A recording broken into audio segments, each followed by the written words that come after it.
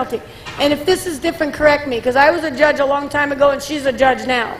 So these penalties do change. That's why I asked her to please be here with me. A question, did that answer that? So you could actually end up with a 3-point penalty before you ever get out of the center. Yes, the good question. She asked if she started on the wrong lead, would it be better to just do a flying lead change to get your lead or break gate? It would be better if your horse was very good leaded to do a flying lead change, because then you would only incur a 1-point penalty versus breaking gate to come down and get your 3-point, 2-point for breaking gate and 1 point for out of lead. This gets easier, honest. I'm not trying to confuse you guys. I'm just trying to let you see what's going on. When you could see a horse go in and he could have an outstanding run and everybody claps and it looks great, and then one could come in and not look so good, and that horse won over the one that looked great, and you're saying, well, why did that happen? We're just explaining what you're watching when you're watching the pattern, okay? So that was a little bit about a lead departure. Now we're going to have Ellen go out and do the same thing, and she's going to run 2 large fast circles and 1 small slow circle and stop in the center. Same thing. We're going to the same direction. 2 large fast, 1 small slow, stop in the center. A big thing with the reining horses is willingly guided. Willingly guided is sort of the base that we are taught to judge on. We don't want to see any resistance coming from that horse, and little or no movement coming from the rider when the rider's asking the horse for its maneuvers. And you're just going to start out nice and easy and then build. You want everything to blend when you do a reining pattern. Now Ellen's going to lean up, run her hand up that horse's neck, and getting to the same part in the center is very important when you're being judged. You want to get to the same spot. You don't want to make 1 circle at 1 spot and come through the center at 10 feet in another direction. That judge is judging you on how you come through the center, how that horse is guiding, that the horse is not leaning on a bridle rein, and the horse is willingly waiting for you to ask that horse what to do. Now she's going to come down to a small slow, softly sit back, let the horse drift back into her hand, and then steer into the center. Again, you're being judged on the horse is willingly guided and waiting for a direction from its rider. Then she's going to come into the center, say whoa, and stand. And whoa. Questions so far?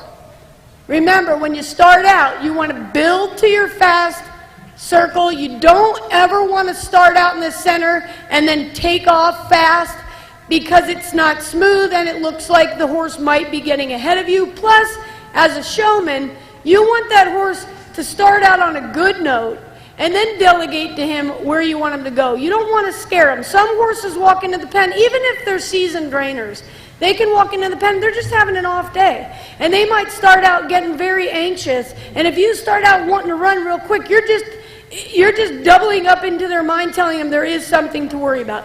You start out slow and easy and wait on it and then build. Because if the horse is a little fresh that day, you might not have to put a leg on him. If the horse is a little lazy that day, well, then you're going to have a whole lot of fun showing. Okay, any questions so far on what the maneuver should look like, large fast to small slow?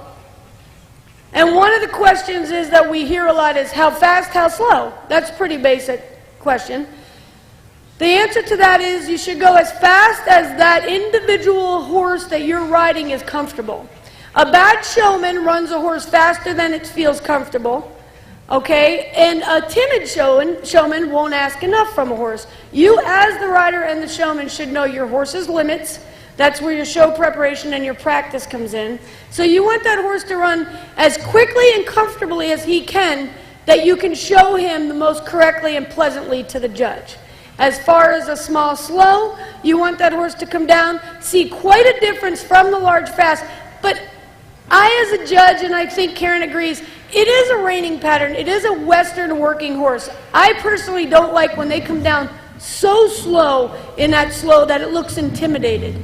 Again, you want that horse to be pleasant and move on. Karen, as far as judging, how about you have anything to add to that as far as...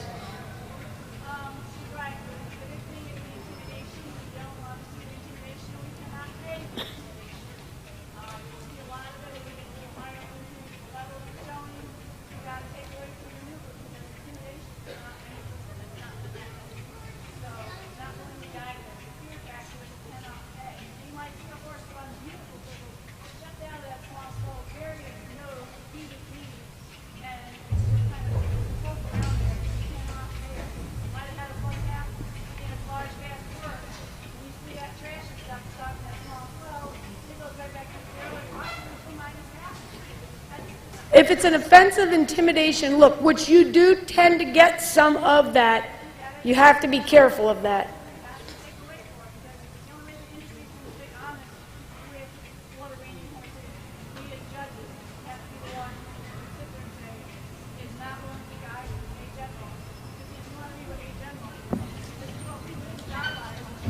This is a general for a reining for when you're judging and looking at a reining horse. This is like our reining motto, whatever you want to call it. The Bible. To rein a horse is not only to guide him, but also to control his every movement. The best reined horse should be willingly guided or controlled with little or no apparent resistance and dictated to completely. Any movement on his own must be considered a lack of control. All deviations from the exact written pattern must be considered a lack of or temporary loss of control, and therefore a fault must be marked down according to the severity of deviation. After deducting all faults set here within against execution of the pattern and the horse's overall performance, credit should be given for smoothness, finesse, attitude, quickness, and authority of performing various maneuvers, while using controlled speed, which raises the difficulty level and makes him more exciting and pleasing to watch to an audience. And that is everything in a nutshell. In other words, if you see a horse out there running really fast and you think it's exciting and he's flipping his head up in the air or leaning on his bridle rein or whatever, it's not. You got to be correct before you can be fast. A correct horse can beat a fast horse. Now, as far as penalties in your circles, the circle is a pie with 4 pieces. Anytime you are out of lead, for one quarter of that circle is a point. Anytime you fall out of lead, anytime you come out of lead, it is a point. Anytime you break gate, it is 2 points. Anything on that, Karen? Coming to a complete stop when you're not supposed to in a circle, a complete stop is a 0. Questions on the penalties of a circle. A circle's pretty easy on penalties. Basically, you're out of lead, you get a point. Okay?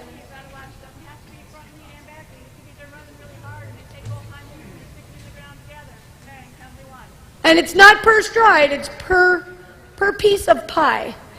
Per piece of pie.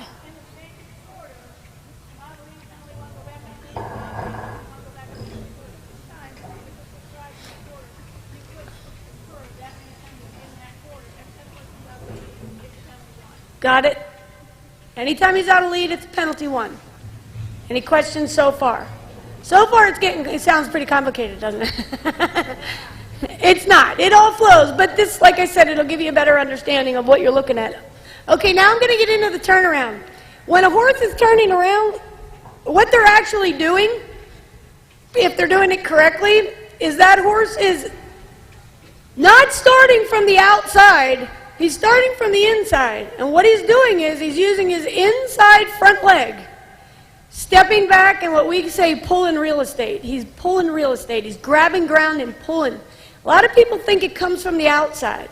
When you're training a reining horse, you teach that reining horse to follow his nose and step back. See how this horse steps that inside shoulder back? And he steps that shoulder back, and when that shoulder steps back and comes like this, that outside leg follows.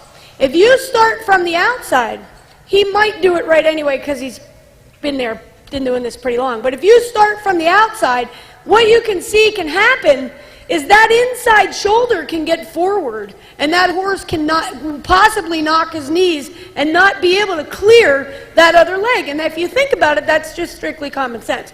If you drive from the outside and then you shove that inside shoulder forward or that leg forward, it can't cross over. That inside leg steps back. It allows enough room for that outside leg to come over. As far as their pivot foot in the back, ideally, you're allowed to have a triangle of about a foot, so they say. Basically, you don't want to see a horse swapping ends, which means it's spinning off the center of its body, and that means it's moving its back legs and replacing its pivot foot. Its pivot foot is the inside back leg. They're allowed to pick it up and set it down. They're also allowed to leave it in place. They are not, the more they step out, the wider it is, the worse it is. So I'll turn this horse around for you, and you can kind of get an idea of what I'm talking about.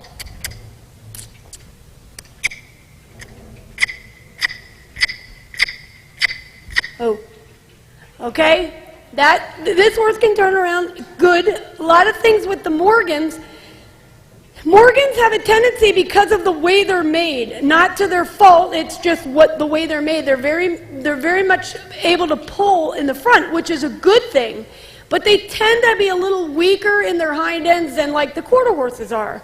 So I school my Morgans a little different. I let them come forward a little bit more in that turnaround, and it allows them to have a little bit more of a cadence, because I allow them to use their front ends the way that God made them to use their front ends. If you put them on their hocks a little bit, they are comfortable back there, but they get a little weaker, and that front end can get tangled up a little bit. Sometimes it's a little harder for a Morgan to start a turnaround, but they're very smart, and when they figure it out, they get it. There's the slow motion of the turnaround. Karen's just allowing that horse to step around and get confident. And as far as the speed, again, with any of these maneuvers, if your horse can handle the speed, you do it fast. If the horse can't, you do it slow. Now we'll talk about penalties with a turnaround. Karen will take over with that.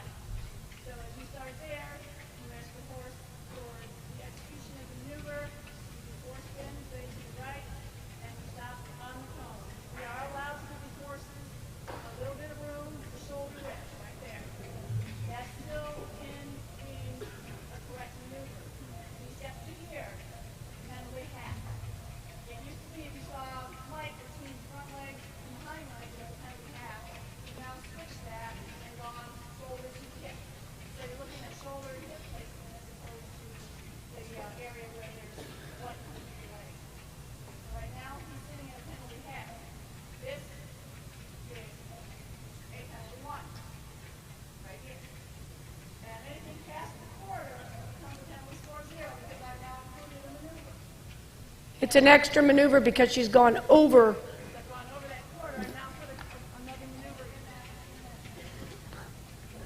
We use the pen, the whole pen, as a map. And once you get over, the whole pen's like a big pie, like we talked about the circle, and that's how you judge your turnaround. If you're straight ahead, you're allowed a shoulder length. After that, the quarter is a half, and then the half is one. And after that half, you're into that new piece of pie, you're off pattern. You're actually getting into another turnaround, which would add a turnaround, or shut down too early, which would take away from your last turnaround.